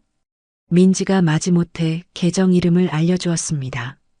저는 전화를 끊자마자 휴대폰으로 인스타그램이라는 것을 켰습니다. 세진이 계정을 겨우 찾아 들어갔습니다. 마지막 게시물은 석 달 전 바로 그 카페에서 찍은 사진이었습니다. 화려한 인테리어를 배경으로 환하게 웃고 있는 세진이의 모습이 보였습니다. 저는 댓글들을 샅샅이 읽어보고 세진이를 팔로우한다는 친구 목록까지 다 뒤졌습니다. 혹시라도 단서가 있을까 싶어서였죠. 한참을 뒤지다가 정말 이상한 이름의 계정 하나가 눈에 띄었습니다. 청주 레이디바. 저는 홀린 듯이 그 계정을 눌러 들어갔습니다. 번쩍번쩍한 유흥업소 계정이었습니다. 화려하게 차려입은 여러 여자들의 사진이 올라와 있었어요. 저는 눈에 불을 켜고 그 사진들을 하나하나 확인했습니다.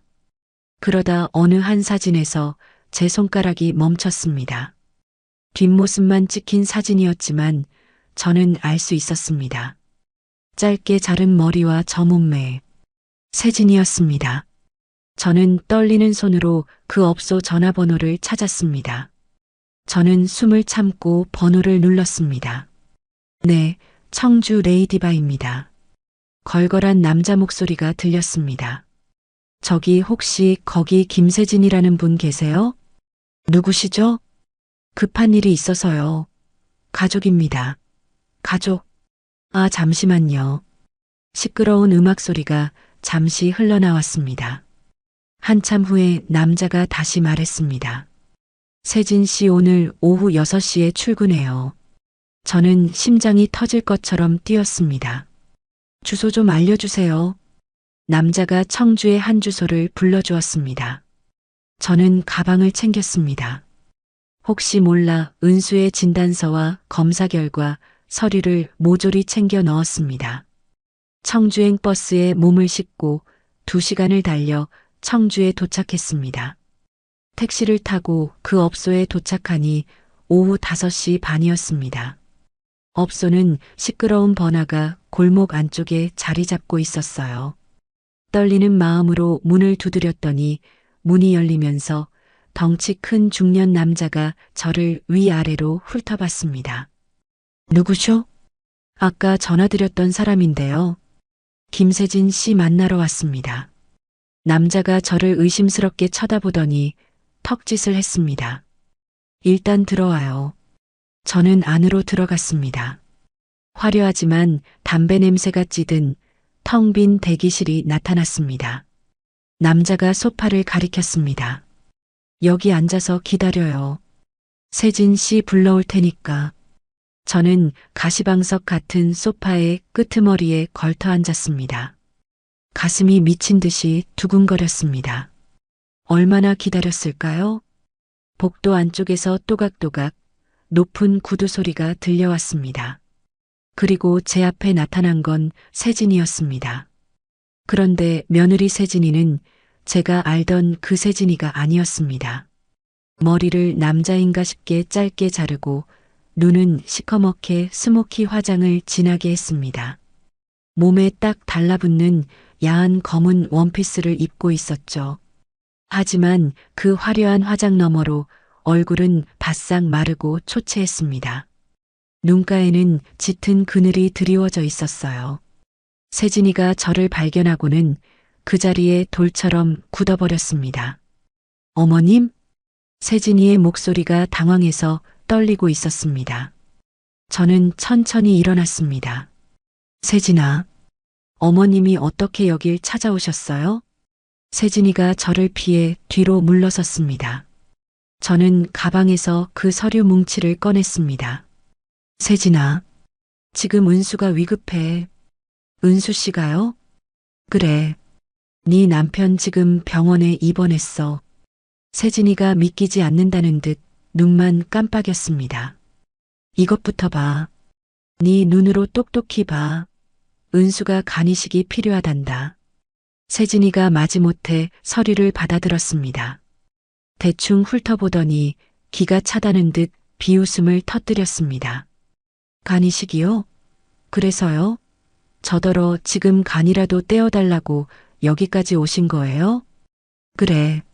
내가 검사라도 받아줘야 해. 제가 왜요? 어머님, 지금 제정신이세요? 세진이가 서류를 제게 다시 던지듯 돌려줬습니다. 저는 그 서류를 받지 않았습니다. 내가 은수 아내잖아. 아직 법적으로도 내가 아내라고. 내가 해줘야 해. 저희 이혼했어요. 마음속으로는 끝났다고요. 세진이가 팔짱을 끼고 고개를 돌렸습니다. 어머님, 저는 죽어도 안 할 거예요. 은수 씨는 이제 저랑 아무 상관없는 사람이에요. 저는 분노로 온몸이 떨렸습니다. 세진아, 지금 네 남편이 죽어가고 있단 말이야. 그게 제 잘못이에요? 저는 세진이에게 한 걸음 다가갔습니다. 그래, 네 잘못이야. 내가 내 아들 명의로 그 몹쓸 사채를 끌어다 썼잖아. 내가 그 빚더미만 남겨놓고 도망갔잖아. 세진이가 움찔하며 뒤로 물러섰습니다. 그건 어쩔 수 없었어요. 카페가 망했는데 그럼 어떡해요? 어쩔 수 없었다고? 내가 망가뜨린 그 인생은 어떡하고? 내가 빚더미에 앉힌 내 아들이 그거 갚겠다고 공사장에서 구르다 떨어져서 그래서 죽어가고 있단 말이야. 저는 울부짖듯 소리쳤습니다. 세진이가 고개를 획 돌렸습니다. 몰랐어요. 은수 씨가 공사장에서 일하는 줄은 정말 몰랐어요. 내가 남긴 그 빚 때문에 공사장에서 일했어. 거기서 떨어져서 다쳤는데 병원에서 검사해 보니까 간이 다 망가졌대. 내가 그 멀쩡한 카페를 그 난장판 술집으로 바꿨을 때 스트레스 때문에 내 아들이 매일 밤 그 독한 술을 들이부었나 봐. 세진이의 얼굴이 하얗게 질렸습니다. 그게 어떻게 제 잘못이에요? 먹은 놈이 잘못이지. 제가 억지로 먹였어요? 저는 이성을 잃고 세진이의 어깨를 붙잡고 흔들었습니다. 아, 어머님 그만하세요. 저한테 왜 이러세요? 그만 못해. 내가 검사만 받아주면 돼. 그것만 하면 돼. 싫어요. 내가 왜? 싫다고요. 세진이가 저를 밀치고 돌아서려 했습니다. 저는 마지막 힘을 다해 세진이 앞을 가로막았습니다. 그리고 그 차갑고 더러운 바닥에 그대로 무릎을 꿇었습니다. 세진이가 기겁을 하며 뒤로 물러섰습니다. 어머님, 지금 뭐 하시는 거예요? 당장 일어나세요. 세진아 제발 부탁이다. 저는 눈물인지 콧물인지 모를 것들을 쏟아내며 말했습니다. 우리 은수 좀 살려줘. 내가 검사만이라도 받아줘. 제발. 세진이가 당황해서 어쩔 줄 모르는 표정으로 저를 내려다봤습니다. 어머님 이러지 마세요. 사람들이 본다고요. 제발 일어나세요. 안 일어나? 내가 검사 받겠다고 약속할 때까지 절대 못 일어나. 저는 그 바닥에 이마를 대고 빌었습니다. 내가 다 잘못했다. 개업식 날 쫓아냈다고 독을 품고 복수하려고 했어. 다 내 잘못이야. 이 늙은이가 다 잘못했으니 제발 은수만, 내 아들만 살려줘, 세진아. 세진이가 당황한 표정으로 저를 내려다보더니 그 차갑던 얼굴이 무너지기 시작했습니다. 그 눈에 눈물이 고였어요. 어머님 제발 일어나세요. 알았어요. 받을게요. 검사 받으면 되잖아요. 받으면 될 거 아니에요. 그러니까 제발 좀 일어나세요. 저는 고개를 들어 세진이를 올려다봤습니다. 정말이니? 네, 받을게요. 그러니까 제발 일어나세요. 저는 다리가 풀려 휘청거리며 일어났습니다. 무릎이 불에 댄 것처럼 아팠습니다. 세진이가 저를 부축했습니다. 어머님, 우선 여기 앉으세요. 저희는 어색하게 소파에 나란히 앉았습니다. 세진이가 눈가를 훔치며 떨리는 목소리로 물었습니다. 은수 씨, 정말 그렇게 많이 아파요?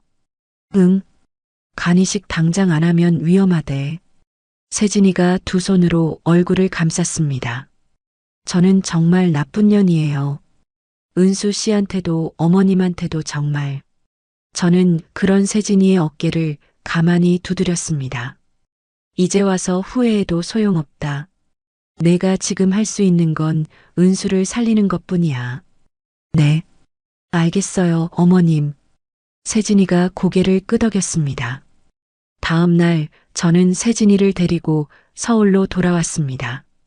병원에 도착하자마자 의사를 만났고 세진이는 곧장 검사를 받았습니다. 그리고 이틀 뒤 결과가 나왔습니다. 의사가 저와 세진이를 함께 불렀습니다. 좋은 소식입니다. 조직 적합성 검사 결과 두 분이 아주 잘 맞습니다. 이식이 가능합니다.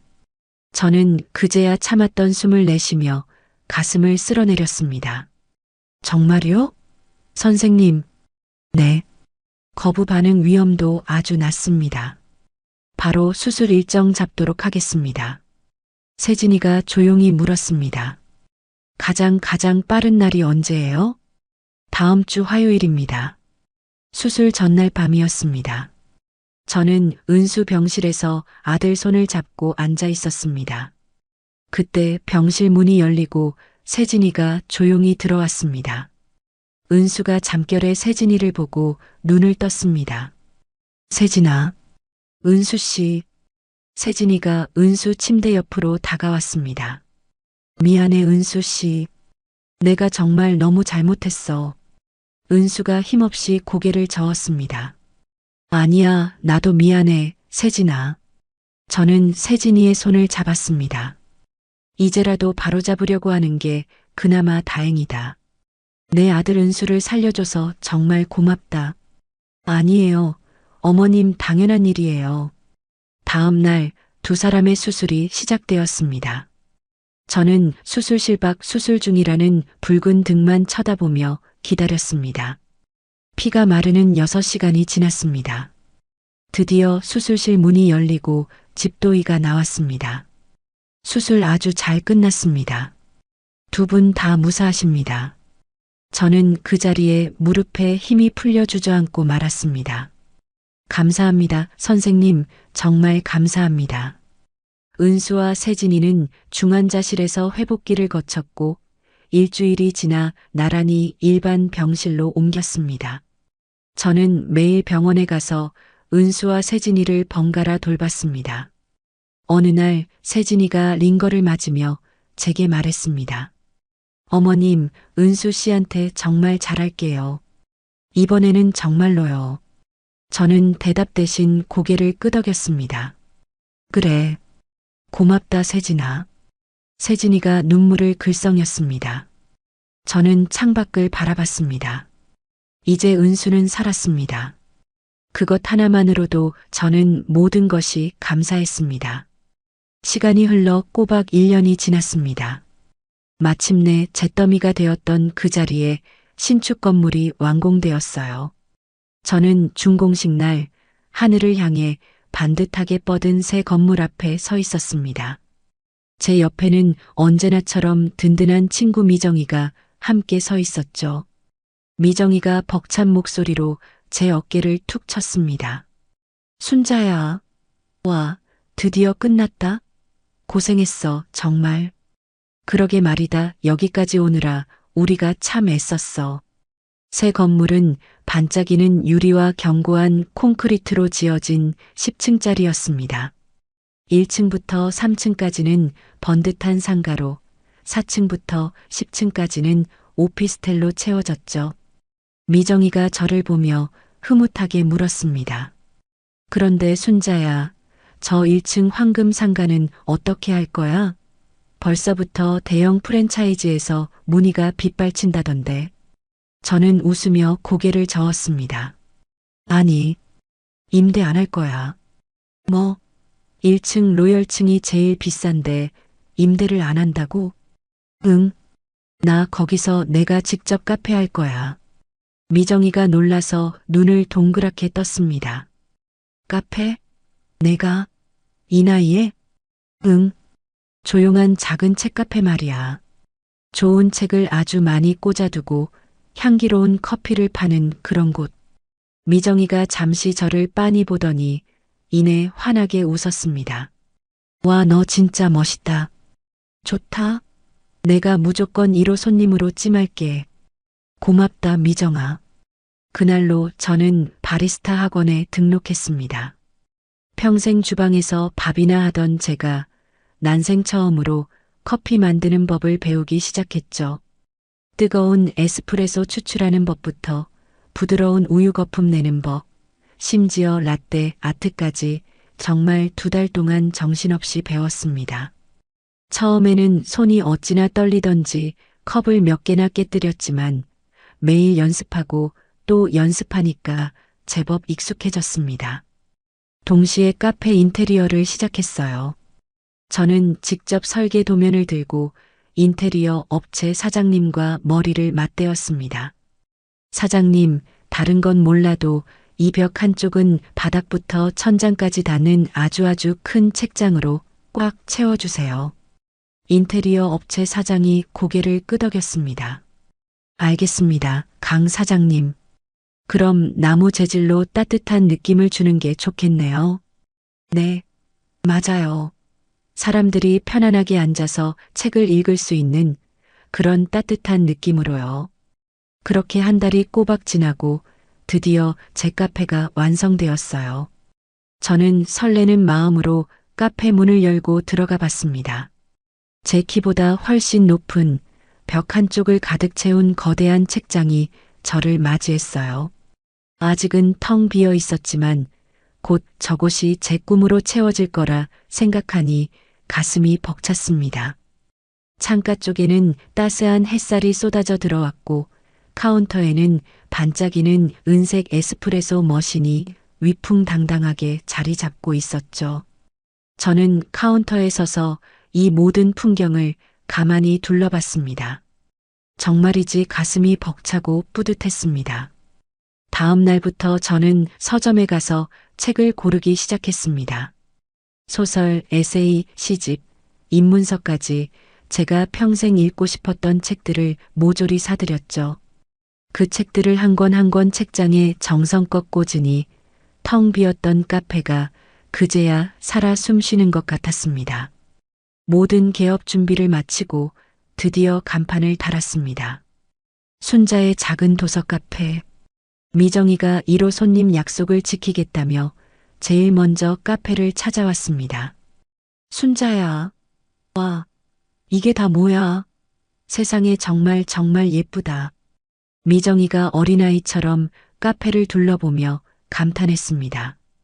그치? 나도 마음에 쏙 들어. 세상에 이 책들 다 내가 산 거야? 응. 한 권 한 권 내 손으로 직접 골랐어.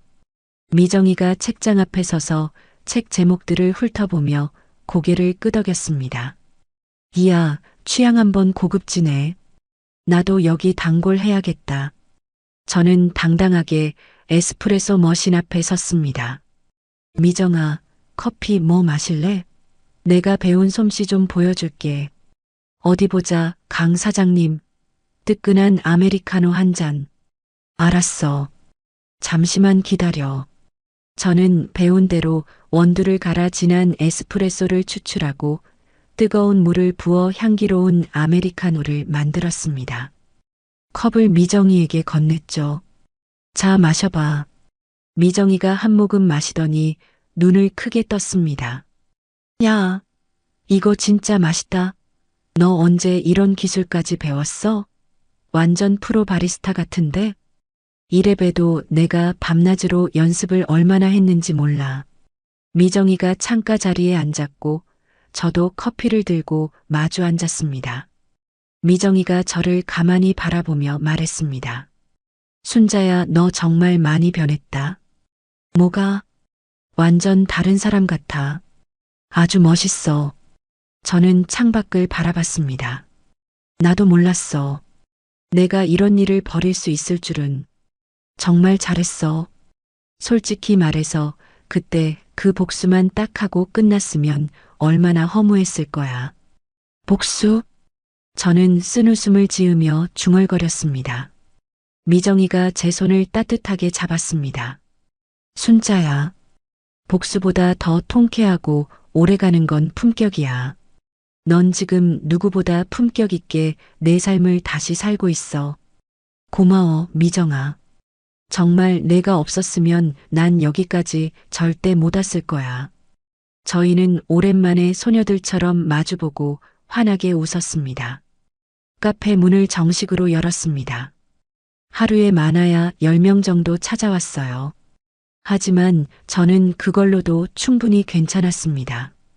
조용히 커피를 마시며 책장을 넘기는 손님들을 바라보는 것만으로도 마음이 평화로워졌거든요. 며칠이 더 지났습니다. 오후 3시쯤이었을 겁니다. 딸랑하고 카페 문이 열리는 소리가 들렸습니다. 저는 무심코 고개를 들어보니 은수와 세진이가 서 있었습니다. 은수가 제 눈치를 살피며 조심스럽게 안으로 들어왔습니다. 세진이는 차마 들어오지도 못하고 문 앞에서 망설이고 있었죠. 은수가 저를 보며 힘겹게 입을 열었습니다. 엄마, 여기 우리 들어가도 돼? 그래. 어서 들어와. 은수가 그제야 안으로 들어왔습니다. 세진이도 고개를 푹 숙인 채 죄인처럼 천천히 뒤따라 들어왔습니다. 두 사람의 모습은 제가 알던 그 모습이 아니었습니다. 예전처럼 번쩍이던 명품이나 화려한 치장은 어디에도 없었어요. 하지만 이상하게도 표정은 예전보다 훨씬 편안해 보였습니다. 그 도끼 서리고 날카롭던 눈빛이 사라져 있었어요. 세진이가 제 앞에 와서 고개를 숙였습니다. 저는 애써 담담하게 테이블을 가리켰습니다. 은수와 세진이가 자리에 앉았습니다. 저는 아무 말 없이 일어서서 커피를 만들어 그들 앞 테이블에 놓아주었죠. 은수가 떨리는 손으로 커피를 한 모금 마셨습니다. 와, 맛있다, 엄마. 세진이도 조용히 커피를 마셨습니다. 어머님, 카페가 정말 예쁘네요. 그런 것 같니? 네, 책도 정말 많고 아늑해요. 저는 그저 고개만 끄덕였습니다. 무거운 침묵이 흘렀습니다. 하지만 이상하게도 어색하지는 않았어요. 그때였습니다. 세진이가 자리에서 스르르 일어났습니다. 그리고는 책장으로 다가갔어요. 책들을 한참 보더니 선반 위에 쌓인 먼지를 발견했습니다. 세진이는 망설임 없이 제게서 행주를 가져다가 그 먼지를 닦아내기 시작했습니다. 그러고는 삐뚤어진 책들을 한 권 한 권 말없이 조용히 정리하기 시작했어요. 그걸 보던 은수도 테이블 위에 놓여있던 행주를 집어들었습니다. 그리고는 손님이 떠난 옆 테이블로 가서 묵묵히 테이블을 닦기 시작했습니다. 저는 그 두 사람의 모습을 그저 가만히 바라봤습니다. 아무 말도 하지 않았습니다. 세진이가 책장 정리를 다 마쳤는지 제게로 조용히 다가왔습니다. 어머님, 저 바닥 좀 닦아도 될까요? 그래라. 세진이가 청소 도구를 가져가 무릎을 꿇고 바닥을 닦기 시작했습니다. 은수는 카페 안의 모든 테이블을 반짝거리게 닦아 놓았습니다. 저는 카운터에 가만히 기댄 채 그 모든 모습을 조용히 지켜봤습니다. 1시간쯤 지났을까요? 카페가 어느새 반짝반짝 깨끗해졌습니다. 은수와 세진이가 머쓱한 표정으로 제 앞으로 왔습니다. 은수가 먼저 입을 열었습니다. 엄마, 우리 이제 가볼게. 그래. 세진이가 고개를 숙였습니다. 어머님, 저 다음에 또 와도 될까요? 저는 잠시 대답 없이 세진이를 바라봤습니다. 그리고 천천히 고개를 끄덕였습니다. 그래. 와라. 그제야 세진이가 눈물을 글썽였습니다. 감사합니다, 어머님. 은수와 세진이가 조용히 카페를 나갔습니다. 저는 창가로 가서 두 사람의 뒷모습을 바라봤습니다. 은수와 세진이가 길을 건너며 나란히 걸어가고 있었어요. 은수가 세진이의 손을 조심스럽게 잡았습니다. 세진이가 그런 은수를 보고 아주 오랜만에 환하게 웃었습니다. 저는 그 모습에서 눈을 떼지 못하고 창문에 이마를 기댔습니다. 하늘이 아름다운 주황빛으로 물들고 있었어요. 제가 그 아이들을 용서한 건지 아니면 그냥 받아들인 건지 사실 저도 제 마음을 잘 모르겠습니다. 하지만 이제는 그게 별로 중요하지 않다는 것을 깨달았습니다. 지긋지긋했던 복수도 가슴을 태웠던 분노도 이제는 다 상관없어졌어요. 그리고 언젠가 은수와 세진이가 다시 이곳을 찾아오겠죠. 그때는 오늘보다 조금은 더 편한 마음으로 맞이할 수 있을 것만 같았습니다. 여기까지가 제 이야기입니다. 살다 보면 누구나 억울한 일을 겪죠. 저는 가장 가까운 가족에게 모욕을 당했고 복수를 했습니다. 하지만 복수가 끝이 아니더라고요. 복수 뒤에 남은 건 텅 빈 마음이었습니다. 진짜 중요한 건 새로운 시작이었어요. 낡은 걸 부수고 새로운 걸 세우는 것. 과거의 상처를 딛고 오늘을 사는 것이더라고요. 이야기를 끝까지 들어주신 분이 계시다면 잘 들었다고 댓글 하나만 남겨주세요. 감사합니다.